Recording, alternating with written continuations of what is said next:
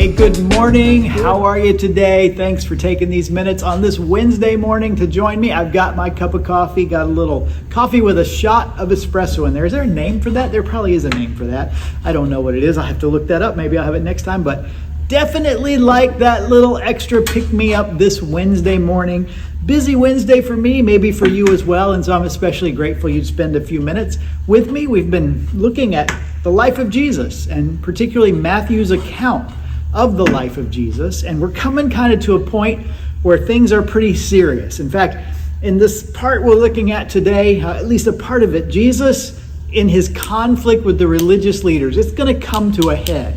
They've had kind of some back and forth, and they've asked him questions, they've tried to trap him, and he's been able so far to kind of evade. But in chapter 23, he is just direct about how he feels about them. He doesn't mince any words. Sometimes this part of Matthew's gospel is called the seven woes, because he says 7 times, as you would expect, woe to you, Pharisees and teachers of the law. Woe to you, Pharisees and teachers of the law. And just kind of laying out what he has a problem with. And one of the words he uses over and over is also hypocrite. Nobody wants to be called a hypocrite, especially as it regards religious things. And for them, as those who were entrusted with teaching and preserving and helping Israel live out the law, it was a particularly stinging rebuke. I'm just going to pick one of them that in many ways is representative of kind of the whole. We're not going to go through all 7 of the woes because they're pretty that, but there is a theme that shows up more than once in these. And the verses I picked were in chapter 23, verses 25 and 26, where Jesus talks about basically the difference between inside and outside. He basically says, woe to you, scribes of the Pharisees, hypocrites, for you clean the outside of the cup, but inside you are full of greed and self-indulgent. First clean the inside of the cup and the plate, that the outside must also be clean. So there it is. This is an experience I've had. In fact, sometimes you put your dishes in the dishwasher. I'm the unload the dishwasher guy. And I've been told, since I do it first thing in the morning, before my first cup of coffee, let's be honest, I just kind of put things away. Maybe you've had this experience as well. You grab a cup because it says it's clean. It came out of the dishwasher with a little clean on it. It's clean. You look at it and you put it down. You go to pour the coffee in, and as you're pouring the coffee, you notice there's gunk in there. Maybe it wasn't in the dishwasher right. Maybe something was under it, and there's dirt in there. What do you do when that happens? Well, if you put coffee in there, you got to throw out the coffee. Big tragedy there, right? No, but basically, the cup is dirty, right? But if the inside is dirty, it doesn't matter how clean the outside is, the cup is dirty and you're not going to use it. There's a problem there. It needs to go back in the dishwasher. This is kind of the image here that Jesus uses. When you clean utensils, plates, cups, you don't just wipe them on the outside like I would this cup. No, it's got coffee in there. It needs to be cleaned on the inside when I'm done. That's just normal. You don't just clean the outside. You clean it inside and out. And that's the image he uses. Several times he uses another image, kind of a pretty bold one and kind of a really harsh one, is he calls them whitewashed tombs. Meaning the outside, it's been all cleaned up, it's been pressure washed, so the outside of the tomb looks great. But if you roll back the stone, you look inside the tomb, what's in the tomb? Dead men's bones. It's not pretty. No matter how pretty the tomb is on the outside, inside is not going to be something you'd want to experience. So Jesus is coming after them about that. And it makes sense because here's what the religious leaders did, and part of what we've seen before and part of what he says in this section is they love to emphasize the external, the outside, the things that people could see. They would do the things that showed publicly that they had great allegiance to the law. Was it just last week we talked about the phylacteries wide and the tassels long so that people would know when they looked at them, look at these things that are symbols of his religious piety. Wow, he must be very holy. Or maybe there's other places where it talks about they would pray in public. They'd want to be out and to be seen by people. They'd want to have these very elaborate prayers. It talks about their giving. In this section, it talks about they're very careful. They tithe like their mint and dill and cumin. They tithe these very minute spices they get because that's what people could see. But on the inside, they neglected things like justice and mercy. And Jesus says, you got to do both. You can't just do one or the other. You can't just you can't just clean the outside of the cup and leave the inside empty. You can't just dress up the outside and have all these religious paraphernalia when on the inside, you're a mess. You're filthy. And that's what Jesus is saying here. And by the way, the Sermon on the Mount on Sunday mornings we've been going through, that's been an emphasis of Jesus as well. The continuity between the inside and the outside. And that is very important because this idea that the Pharisees are out there, sometimes we call it legalism. And it's something that's not just unique to first century religion. It's through all sorts of religions. Legalism is a practice of faith that's an outside-in practice. The idea is, I'm just going to do the religious things that I'm supposed to do because that's what matters. And the outside will look fine. All the while, the inside is a mess. For instance, Jesus says in the Sermon on the Mount, you've heard that it was said, do not murder, which is good. You don't want to be seen murdering people. That's not a good look. That's not a holy look. So do not murder. But he goes on and he says, but I say to you, be careful about anger and hatred in your heart.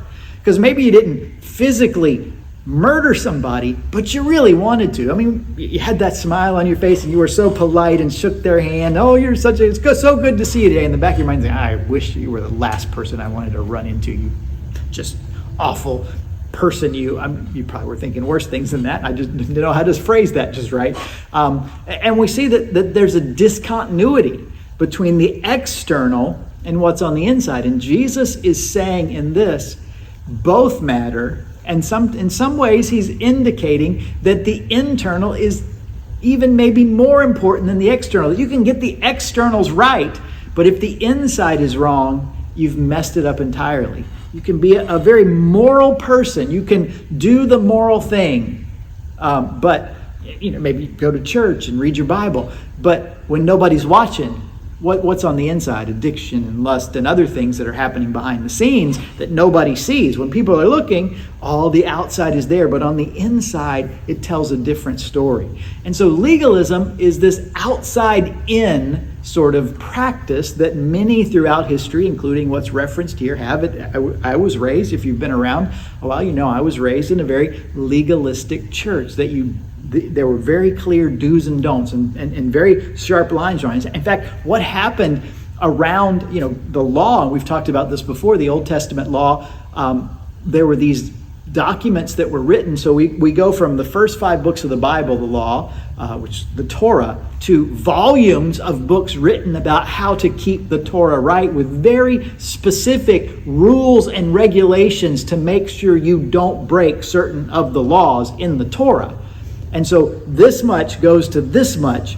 And sometimes Jesus calls it the tradition of men. These extra traditions we added on to help us make sure the outside is right, all the while neglecting our motives and our heart and the inside. And Jesus says if the inside is dirty, doesn't matter how clean the outside is, you are dirty. No matter how moral you live, if in your mind and in your heart there's hatred and lust and other greed and all of those things, it doesn't matter what it looks like.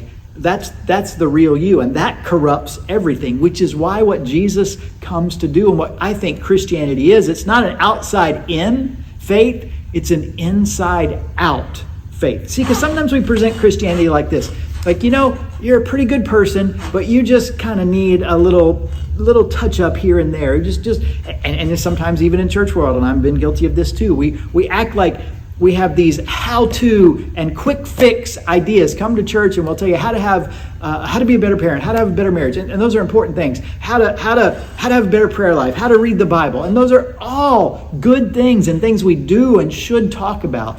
But when we approach it that way, that if I just fix the externals, I read my Bible more, but if I don't do what it says, it doesn't matter how much I read it, Because the purpose of reading the Bible is to put it into practice. We'll talk about that in a few weeks in the Sermon on the Mount.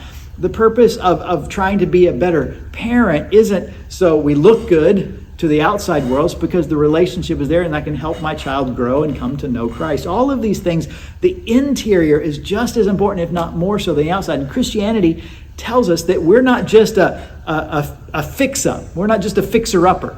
That we are corrupt from the inside, from the heart. Jeremiah says it in the Old Testament. The heart is deceitful above all things and desperately wicked. Who can know it? Which is why, even hinted at in the Old Testament and then made possible by the life of Jesus, his answer isn't clean up the outside by following the rules. His answer is you need a new heart. You need to be transformed from the inside out, which is why when we talk about faith in Jesus, that's one of the things that happened. Is in the Old Testament, they would talk about we had a heart of stone that becomes a heart of flesh, that the law was written on tablets of stone, and now the law is written on our hearts. There's something inside of us has changed.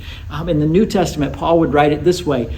When anyone who is in Christ is a new creation, the old has passed away. That's another word we use for dying. The old is gone and the new has come. The psalmist prayed, create in me a clean heart, O God. Why? Because the inside matters. And part of the beauty of Jesus's gift, his life and death and resurrection, is he knows no matter how much we try to dress it up on the outside, at our heart, there's a problem.